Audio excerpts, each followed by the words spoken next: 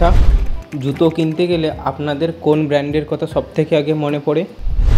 হ্যাঁ, শ্রী লেদার্সের কথাই বলছি, যেটি বর্তমানে বাজারে রমরমিয়ে চলছে।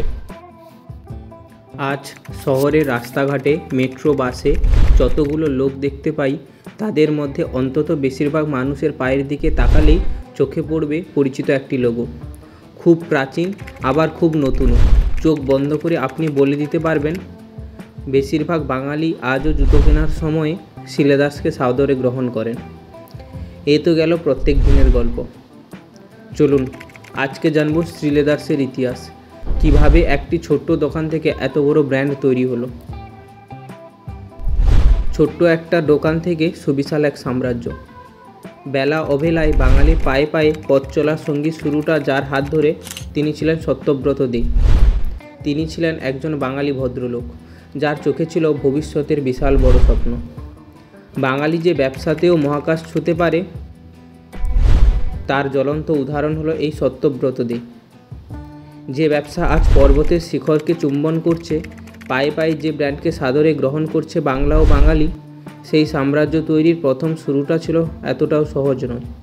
সত্যব্রতবাবু বিশাল স্বপ্ন নিয়ে এই কলকাতায় পা রেখেছিলেন। তিনি তার ব্যবসায়িক জীবনে প্রথমটা শুরু করেছিলেন লিন্ডসে স্ট্রিটের ছোট্ট একটা দোকান থেকে, যেটি মাইকেল নামে এক ভদ্রলোকের কাছ থেকে পেয়েছিলেন সত্যব্রতবাবু। ছোট্ট সেই দোকানই আজ সত্যব্রতবাবুর স্বপ্নপুরী শ্রী লেদার্স। হাতে গোনা ছোট্ট কয়েকশো স্কোয়ার ফুটের জায়গার হাতেখড়ি হয়েছিল সেই জুতো দোকানের। তখন সালটা ছিল 1986। সযত্নে লালন করে সেই এক ফালি দোকান থেকেই তিল তিল করে সত্যবাবু গড়ে তুলেছেন এক বিশাল জগৎ। তিনি বলেন, এই জগতের পরিধি আসলে অনেকটা বড়। এর সঙ্গে জড়িয়ে থাকা প্রত্যেকে খুব ভালোবাসে এই পৃথিবীকে তৈরি করেছে। এই দোকান তৈরি করতে তিনি অনেক পরিশ্রমও করেছেন। সারাদিনে রাতে একবার খেয়েই কেটে যেতে দিন। প্রায় 3 কিলোমিটার হেঁটে যেতেন বাবুঘাটের কুস্তি আখড়ায়। কারণটা ছিল 1 টাকায় খাবার। অল্প পয়সায় খাবার খেয়ে তিনি জীবন কাটিয়েছেন। 1989 সালে বিয়ে করেন স্ত্রী শিপ্রা দেকে। বিয়ের পর থাকার ঠিকানা ছিল তারই প্রিয় বন্ধু গোপাল ফৌজদারের বাড়িতে। বিয়ের পরের দিনই বন্ধু গোপাল ফৌজদারের বাড়িতে স্ত্রীকে রেখে চলে আসেন এই লিন্ডসে স্ট্রিটে। দু চোখ জুড়ে তখন ভবিষ্যতের স্বপ্ন গড়ার অদম্য লড়াই। বাজারে অন্যান্য জুতো দোকানগুলির সঙ্গে শ্রী লেদার্সের পার্থক্য কোথায় জানেন? তাদের বিজনেস মডেল। সত্যব্রতবাবু নিজেই বলেছেন, সেই প্রথম দিন থেকে এই কোম্পানির প্রোডাক্টের গুণমান, কাস্টমার এবং ভেন্ডরদের উপরেই জোর দিয়েছেন তিনি।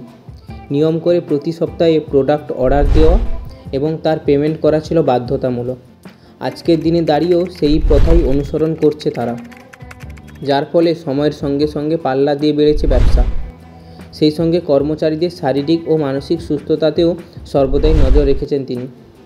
একই সঙ্গে কোমর বেঁধে এই লিন্ডসে স্ট্রিটের দোকানে দাঁড়িয়েছে জুতো বিক্রি করেছেন, ক্যাশ সামলেছেন। পুজোর চাপের মধ্যেও এক ফাঁকে কর্মচারীদের সঙ্গে বসে দুপুরে খাবার খেয়েছেন। পুরনো দিনের তেমনই গল্প বললেন এই সংস্থার মালকিন শিপ্রা দে। একবার এক কাস্টমার শ্রী লেদার্সের এক কর্মচারীর কাছে এসে বললেন, দেখুন, আপনাদের এই গরমে কাজ করতে বসিয়ে মালিক ঠান্ডা ঘরে আরামে বসে রয়েছে। তখন ওই কর্মচারী উত্তর দেন, এই দোকানে কোনো এসি বা ঠান্ডা মেশিনের ব্যবস্থা নেই, সবাই একইভাবেই কাজ করছে গরমে। আজকের দিনে দাঁড়িয়েও সত্যবাবুর নেতৃত্বে এগিয়ে চলেছে শ্রী লেদার্স।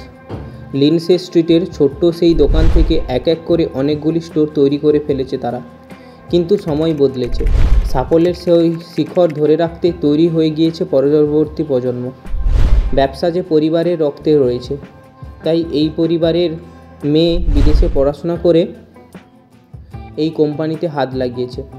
মেয়ের নাম রচিতা দে, যিনি এই সংস্থার উত্তরসূরি।